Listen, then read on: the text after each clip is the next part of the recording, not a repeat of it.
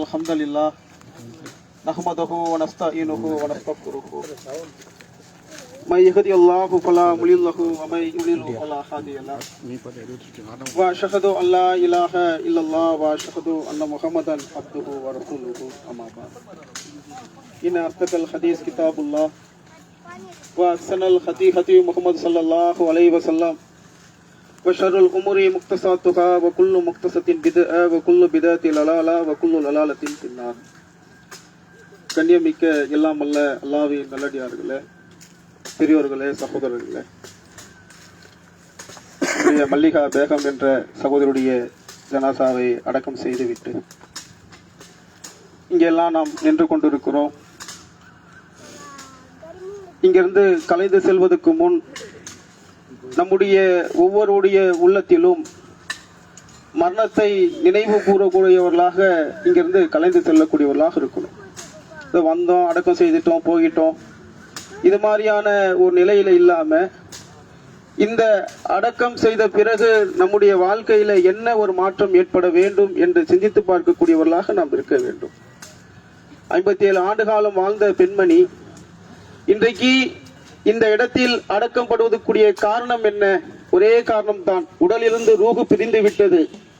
எல்லோரும் முடிவெடுத்து விடுகிறோம், இவர்கள் இருக்கக்கூடிய தங்கக்கூடிய இடம் என்பது வீடு அல்ல, இந்த மன்னரை வீடு என்று எல்லாரும் புரிந்து கொண்டு ஜனாசா தொழுது அடக்கம் செய்து விட்டோம். இது இவர்களுக்கு மட்டும் உரிய இடம் அல்ல. நாமும் இன்ஷா அல்லாஹ் ஒரு நாள் இந்த இடத்துக்கு வர இருக்கின்றோம். நாமும் ஒரு நாள் மன்னரையிலே நமக்கும் ஜனாசா தொழுகையை தொழுது விட்டு அடக்கம் செய்து விட்டு இதே மாதிரி ஒரே நிகழ்த்தக்கூடியவர்களாக இருப்பார்கள். அப்ப நம்முடைய வாழ்க்கையில் மரணத்துக்கு முன்னாடி நம்முடைய வாழ்க்கையுடைய நிலை எப்படி வாழ்ந்து கொண்டிருக்கிறோம், செயல்பாடுகளை எப்படி செய்து கொண்டிருக்கிறோம் என்பதை புரிந்து கொள்ளக்கூடியவர்களாக நாம் இருக்க வேண்டும். அல்லாஹ் சொல்லி காட்டுகிறான், வலா நப்சின் பி இதினில்லாஹி வமா கானுல் நப்சின் பி இதினில்லாஹ். அல்லாஹ்வுடைய ஒவ்வொரு ஆத்மாவும் அல்லாஹ்வுடைய விருப்பமின்றி மரணிக்காது. இது அல்லாஹ்வுடைய விருப்பம். இந்த உலகத்துல ஒவ்வொரு உயிரும் மரணிப்பது என்பது அல்லாஹ்வுடைய நாட்டம், அல்லாஹ்வுடைய விருப்பம். அப்ப நாமும் ஒரு நாள் மரணிக்க இருக்கின்றோம். இன்னும் அல்லாஹ் சொல்லி காட்டுகிறான், குல் இன்னல் மௌத்தல்லதீன தஃபிர்ரூன மின்ஹு ஃபஇன்னஹு முலாக்கிக்கும். எந்த மரணத்தை கண்டு நீங்கள் விரண்டு ஓடுகின்றீர்களோ அந்த மரணம் உங்களை சந்திக்க உள்ளது என்று அல்லாஹ் சொல்லி காட்டுகிறான். அப்ப நிச்சயமாக ஒரு நாள் இந்த மரணத்தை நாம் சந்திக்க இருக்கின்றோம். அல்லாஹ்வுக்கு மட்டும் அறிந்த 5 விஷயங்கள்ல ஒன்றுங்க இந்த மௌத் இருக்கு. பத்தீங்களா, வயசை பார்க்காது, நாட்களை பார்க்காது, சமுதாய அந்தஸ்திலே உயர்ந்தவர் சிறந்தவர்லாம் பார்க்கவே பார்க்காது. அல்லாஹ் ரப்புல் ஆலமீன் முடிவு பண்ணிட்டான் என்று சொன்னால் ஒரு நேரம் முந்தவும் செய்யாது, பிந்தவும் செய்யாது. நிச்சயமாக ஒரு நாள் இந்த மரணத்தை கண்டிப்பாக சுவைப்போம். அப்ப சுவைப்பதற்கு முன்னாடி இறைவன் கொடுத்த இந்த வாழ்க்கையை எப்படி நாம் வாழ்ந்து கொண்டிருக்கிறோம்? 5 நேர தொழுகையை தொழக்கூடியவர்களாக இருக்கிறோமா? அல்லாஹ்வுக்கும் அவனுடைய தூதருக்கும் கட்டுப்பட்டு நடக்கக்கூடியவர்களாக இருக்கிறோமா? மரணத்துடைய சிந்தனையை நினைவு கூறக்கூடியவர்களாக இருக்கிறோமா? நபிகள் நாயகம் ஸல்லல்லாஹு அலைஹி வஸல்லம் சொன்னார்கள், அதஸீரு திக்ர ஹாதில் மில்லத்தில் மவுத். ஆசையை தகர்த்தெறியக்கூடிய மரணத்தை நீங்கள் அதிகம் நினைவு கூறுங்கள் என்று சொன்னார்கள். நினைச்சு பார்க்கணும், இல்லடா 57 வருஷம் வாழ்ந்த பெண்மணி இன்னைக்கு போயிட்டாங்களே. அப்ப நினைச்சு பாருங்க, எவ்வளவு கற்பனை கோட்டையை கட்டி வைத்திருப்பார்கள். என்னுடைய பேத்திக்கு, என்னுடைய மகளாருக்கு கடைசி வரைக்கும் வாழணும், எவ்வளவு எல்லாருக்கும் ஒவ்வொரு ஆசை இருக்குல்லங்க. ஆனா அந்த மரணம் தழுவவுடன் அப்ப வாழ்க்கை நினைச்சு பார்த்தீங்களா? ஒரு நிமிடத்துல ஆசைகள் எல்லாம் சுக்குநூறாக போகக்கூடிய ஒரு நிலையில தான் இந்த மரணம் இருக்கின்றது. அப்ப நாமும் சிந்தித்து பார்க்க வேண்டும். இந்த போயிட்டு என்னுடைய வீட்டுக்குள்ள நான் சென்று விட வேணாம் என்பதெல்லாம் தெரியாது. அப்ப அல்லாஹ் ரப்புல் ஆலமீன் சென்று நம் இந்த உலகத்தில் வாழக்கூடிய ஒரு வாய்ப்பு தருகிறான் என்று சொன்னால் அந்த வாய்ப்பை சரியான முறையில் பயன்படுத்தக்கூடிய அளவுக்கு நம்முடைய வாழ்க்கை இருக்க வேண்டும். நாட்டில் நடக்கக்கூடிய சம்பவங்கள் எல்லாம் நமக்கு உணர்த்தக்கூடிய பாடம் என்ன, படிப்பினை என்ன, இதை பார்த்துவிட்டு செல்வதற்காக அல்ல. சில மாதத்துக்கு முன்னாடி கூடிய அகமதாபாத்ல பிளைட் விபத்து, 240க்கும் மேற்பட்ட மக்கள் மரணித்தார்கள். நினைச்சு பார்த்திருப்பாங்களா? டேக் ஆஃப் ஆகி பிளைன் ஒரு 3 நிமிடத்துல எல்லாம் சுக்குநூறா ஒண்ணுமில்லாம போயிட்டாங்க. அப்ப இதெல்லாம் சொல்லக்கூடிய பாடம் என்ன?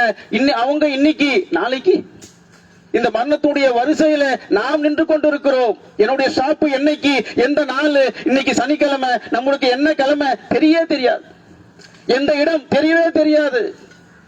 ஏன்னா அல்லாஹ் அவனுக்கு மட்டும் தெரிந்த விஷயங்களாக வைத்திருக்கிறான். அப்படி தெரிந்தது சொன்னால் வாழ முடியாது, அதாவது மறைமுகமா வச்சிருக்கிறான். அடுத்த வருஷம் நான் மௌத்தானேன் என்று சொன்னால் என்னுடைய நிலை எப்படி இருக்கும்? ஆனால் அல்லாஹ் சொல்லி காட்டுகிறான், கேரண்டி இல்லாத லைஃபுப்பா. ஆனால் உன்னுடைய வாழ்க்கையை நீ சரி செய்து கொண்டு மௌத்து வருவதற்கு முன்னாடி உன்னுடைய வாழ்க்கையை சரி செய்து கொள்ளு என்று அல்லாஹ் சொல்லி காட்டுகிறான். ஆனால் சரி செய்ய மாட்டோன்றோமே. தொழுகை இல்ல, வணக்க வழிபாடுகள் இல்ல, பொய் பேசுறது, ஏமாத்துறது, பெத்தவங்க பேச்சை கேட்கறது கிடையாது. அல்லாஹ் கொடுத்த இளமை பருவத்தை நாசம் செய்யக்கூடிய வேலை செய்யக்கூடிய அளவுக்கு தான் இன்றைக்கு இருக்கக்கூடிய இளைய சமுதாயம் இருக்கின்றார்களே தவிர அல்லாஹ் கொடுத்த இளமை கால பருவத்தை இறைவனுக்காக பிடித்தது போல் தங்களுடைய வாழ்க்கையை அமைத்துக் கொள்ளக்கூடியவர்களாக இருக்கிறார்களா? நபிகளார் சொல்கின்றார்கள், அல்லாஹ் ரப்புல் ஆலமீன் மறுமை நாளிலே தன்னுடைய அர்ஷுடைய நிலையை தருகிறான். யாருக்கு தெரியுமா? தன்னுடைய வாழ்க்கையை இறைவனுடைய வணக்க வழிபாடுகளே ஊறிய இளைஞருக்காக அல்லாஹ் ரப்புல் ஆலமீன் அர்ஷுடைய நிலையை தருகிறான். வாழ்க்கை அப்படி வாழ வேண்டும், அல்லாஹ்வுக்கு பிடித்தது போல். நபிகள் நாயகம் ஸல்லல்லாஹு அலைஹி வஸல்லம் சொன்ன அடிப்படையில் வாழ்க்கையை வாழக்கூடியவர்களாக நம்முடைய ஒவ்வொருடைய வாழ்க்கையும் இருக்க வேண்டும். மன்னத்தை சிந்தித்து பார்க்க வேண்டும். வேற எந்த மதங்களும் கோட்பாடுகளும் எல்லாம் மன்னத்தை பத்தி சொல்லாது. மௌத்து பத்தி பேசுங்கள, வேற ஏதாவது பேசு பண்ணுவான். ஆனால் இஸ்லாமிய மார்க்கம் தான் சொல்கின்றது, மன்னத்தை நீங்கள் அதிகம் நினைவு கூறுங்கள். அதனால தான் நபிகளார் சொல்கின்றார்கள், மன்னரை நீங்கள் அதிகம் சந்தியுங்கள், கபரை அதிகம் நீங்கள் சந்தியுங்கள். ஏன் தெரியுமா? அது மறுமையை நினைவூட்டும், மௌத்த நினைவூட்டும். எங்க அம்மா போயிட்டாங்க, நான் ஒரு நாள் போக போறேன். என்னுடைய மனைவி போயிட்டாங்க, நானும் ஒரு நாள் போக போறேன். ஆனால் போறதுக்கு முன்னாடி என்னுடைய வாழ்க்கை என்னை படைத்த இறைவன் சொன்ன அடிப்படையில் வாழ்க்கை இருக்கின்றதா? என்னுடைய செயல்பாடுகள் இருக்கின்றதா? எத்தனையோ கோடி மக்கள் இருக்கிறார்கள், வாழ்காலம் மன்னிக்கிறார்கள். ஆனால் எனக்கு கொடுத்த ரோல்ல நான் எப்படி இந்த உலகத்தில் வாழ்ந்து கொண்டிருக்கிறேன்? அல்லது ஹலக்கல் மவுத் வல் ஹயாத்தில் எவ்வளவுக்கும் ஐயுக்கும் அக்ஸனு அமலா. உங்களுக்கு வாழ்க்கையும் மரணத்தையும் எதற்கு நான் தந்திருக்கிறேன் தெரியுமா? நீ நல்லவர்களாக வாழ வேண்டும் என்பதற்காக, நல்ல செயல்களை செய்ய வேண்டும் என்பதற்காகத்தான் உங்களுக்கு இந்த துனியாவில் வாழ்க்கை தந்திருக்கிறேன் அல்லாஹ் சொல்லி காட்டுகிறான். இதோ சாப்பிட்டோம், தூங்கணும், சம்பாதிச்சோம், சொத்து பத்து சேர்த்து வச்சோம். சேர்த்து வச்சு என்னங்க பாத்தீங்களா? நினைச்சு பாருங்க. நேத்து வரைக்கும், முந்த நேத்து வரைக்கும் வீட்டுல இருந்தவங்க இன்னைக்கு எந்த இடத்துல? சில நாட்களுக்கு பிறகு உடலோட வெடிச்சிடும், சிதறிடும், புழுக்களுக்கு தீனி ஆகிடுவோம். பாத்தீங்களா? ஆனா உயிரோட வாழ்கின்ற போது என்னுடைய பிள்ளைக்கு ஒரு கொசு கடிக்க கூடாது என்பதற்காக பல்வேறுபட்ட சேஃப்டி பிரிகாஷனை மேற்கொள்றோம். ஆனா மௌத்தாக போருக்கு நிலைய பத்தீங்களா? அப்ப எது நம்ம இடத்துல வரும்? எந்த நற்காரியம் நம்ம இடத்துல வரும்? அப்ப நம்முடைய நற்காரியங்கள், நல்ல அமல்கள் தான் நம்ம கூட வரும் என்று சொன்னால் அதை நாம் சேமித்து வைத்திருக்கிறோமா? நான் மன்னித்த பிறகு என்னுடைய ஜனாசாவில் கலந்து கொண்டு எனக்காக பிரார்த்திக்க செய்யக்கூடிய நல்ல சகோதரருடைய துவாவை பெற்றுக் கொண்டிருக்கிறோமா? அப்படிப்பட்ட வாழ்க்கையை வாழ வேண்டும். அல்லாஹ்வின் தூதருடைய வாழ்க்கை, நபிகள் நாயகம் ஸல்லல்லாஹு அலைஹி வஸல்லம் வாழ்க்கை நீங்கள் பாருங்கள். எவ்வளவு கஷ்டங்கள், துயரங்கள், துன்பத்தை நிறைந்த வாழ்க்கையை அல்லாஹ் ரப்புல் ஆலமீன் கொடுத்தான்.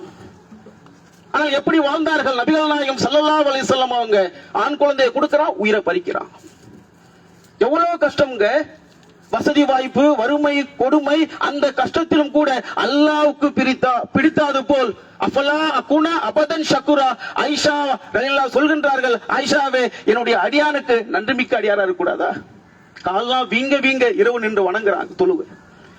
இன்னைக்கு 5 நேர தொழுகை தொழுவதற்கு ரொம்ப சிரமப்படுகிறோம், கஷ்டப்படுகிறோம். பல்லாவரத்து சுற்றுவட்டார பகுதியில் எங்க போனாலும் பள்ளிவாசல் இருக்கின்ற, அதை தொழுவதற்கு ஆளை காணும், தொழுவதற்கு ஆளை காணும். அப்ப சிந்தித்து பாருங்க, இறைவனுக்காக இந்த உறுப்புகள் இயங்காவிட்டால் வேறு எதற்காக? வேற எதற்காக இந்த கை கால் அல்லாஹ் கொடுத்த உடல் உறுப்புகள் எல்லாம் முடிஞ்சதா? இந்த மரணத்தை தடுக்க முடியுமா? எனக்கு செட்டு பிரிவு, ஓய்வு பிரிவு பாதுகாப்பு கொடுத்தா மௌத்து வராதா? அல்லாஹ் சொல்லி காட்டுகிறான். நீங்கள் உறுதிமிக்க கோட்டையில் இருந்தாலும் சரி, செய்யதா கோட்டை கொத்தரத்தில் இருந்தாலும் சரி, மரத்தை நீங்கள் சந்தித்தே தீர்வு என்று அல்லாஹ் சொல்லி காட்டுகிறான். அப்ப அப்படிப்பட்ட அற்பமான இந்த வாழ்க்கை, ஹயாத்த துனியா இல்லா மத்தாவுல் குரூர் என்று அல்லாஹ் சொல்லி காட்டுகிறான். இந்த உலக வாழ்க்கையுடைய இன்பங்கள் எல்லாம் அப்ப சுகம் தவிர வேறில்லை. உடம்பில்லாத வாழ்க்கைக்கு தான் இவ்வளவு போட்டி, பொறாமை, அனாச்சாரம், முரணாக நடப்பது, கேட்பது கிடையாது, பேசுறது, ஏமாத்துறது. நான் மௌத்தாகி விட்டால் அப்படின்னு நினைச்சுப்பாங்க. யார் நம்ம கூட வருவா? என்னுடைய கட்ட மனைவி வந்து கொஞ்ச நேரம் படுப்பாங்களா? வரமாட்டாங்க. என்னை பெத்தெடுத்த புள்ள வரமாட்டான். யார் வருவா? நான் செய்த அமல். அல்லாஹ் எனக்கு 40 வயசு கொடுத்தானா, 30 வயசு கொடுத்தானா, 50 வயசு கொடுத்தானா, 60 வயசு கொடுத்தான், எத்தனை வருஷம் நோன்பு வச்சேன், வணக்க வழிபாடுகள் செய்தேன், அல்லாஹ் நினைச்சேன், திக்ர் செய்தேன், தொழுகை செய்தேன், எல்லாமே வரும். அல்லாஹ்வுக்கு பிடித்தால் போல் வாழுகுமா? சத்திய சகாபாக்கள் வந்தார்கள். சத்திய சகாபாக்கள் இரவுடைய நேசத்தை பெறுவதற்காக, சொர்க்கத்தை பெறுவதற்காகவே அல்லாஹ்வுடைய விருப்பத்துக்காக தன்னுடைய வாழ்க்கையை கழித்தார்களே. அஷ்ரத்துல் முபஷ்ஷரா, சொர்க்கத்துக்கு நன்மை சொல்லப்பட்ட 10 நபித்தோழர்கள் ஒருவர் உஸ்மான் ரலியல்லாஹு அன்ஹு. நபிகள் நாயகம் ஸல்லல்லாஹு அலைஹி வஸல்லம்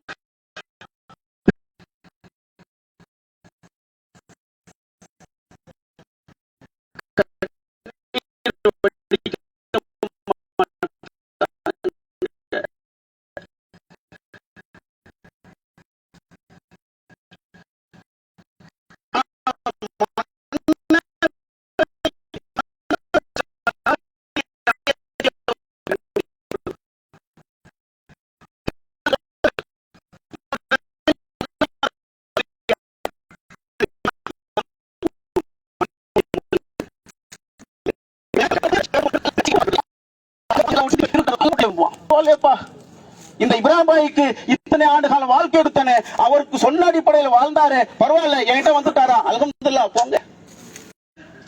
ஏமாத்துறது, சிகரெட்டு, புகை, தண்ணி, கஞ்சா, என்னென்ன போதை வஸ்துக்கள் இருக்குமோ, பெத்தவுடைய பேச்சை கேட்காம நீ எல்லாம் ஒரு மனுஷனா என்று கேட்கக்கூடிய அளவுக்கு வாழ்ந்தோம் என்று சொன்னால் அல்லாஹ்வுடைய சந்திப்பை விரும்புவாரா அவரு? யோசிச்சு பாருங்க. அப்ப அன்புக்குரிய சகோதரர்களே, ஒரு கணம் நினைத்து பாருங்கள். அல்லாஹ் கொடுத்த இந்த வாழ்க்கை, ஒரு நாள் நம்மும் இந்த உலக வாழ்க்கை விட்டு செல்ல இருக்கிறோம், என்றைக்கு தெரியாது. அப்ப அந்த மரணம் வருவதற்கு முன்னாடி நம்முடைய வாழ்க்கையை சரி செய்து அமல்களை அதிகரித்து, எவ்வளவு நேரம் கிடைக்கின்றதோ குர்ஆன் ஓதுதல், இபாதத்து செய்வது, திக்ர் ஓதுதல், இறைவனுக்கு பிடித்தாது போல் நம்முடைய தூதர் நபிகள் நாயகம் ஸல்லல்லாஹு அலைஹி வஸல்லம் கற்று தந்த அடிப்படையில் நம்முடைய வாழ்க்கையை அமைத்துக் கொள்ளக்கூடியவர்களாக ஒவ்வொருவரும் இருக்க வேண்டும். இறுதியாக அந்த மன்னித்த அந்த தாயாருக்காக, அவருடைய குடும்பத்தாருக்காக அதிகம் பிரார்த்தனை செய்துவிட்டு கலைந்து செல்லுமாறு அன்புடன் கேட்டுக்கொண்டு என்னுடைய இந்த உரையை நிறைவு செய்கிறேன். வாஹிதான அல்ஹம்துலில்லாஹி ரப்பில் ஆலமீன். அஸ்ஸலாமு அலைக்கும் வரஹ்மத்துல்லாஹி வபரகாத்துஹு.